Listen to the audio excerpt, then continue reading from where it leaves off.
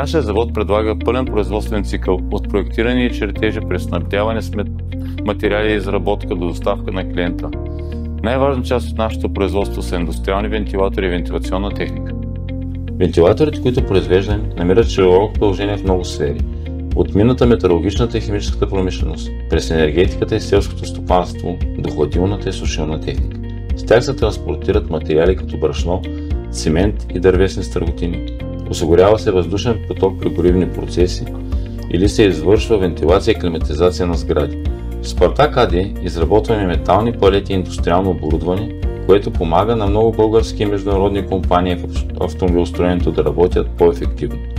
Правиме палети с общо предназначение, които се използват за транспортиране и съхранение на всякакви детайли. Палетите, които могат да бъдат подцинковани, прахово или мокро боядисани. Палети, които могат да се подреждат един върху друг или са свободно позиционирани. Освен тях, произвеждаме конструкции с сложни метални елементи, метални колички, контейнери, каси за оръжие и други изделия по задание на клиента.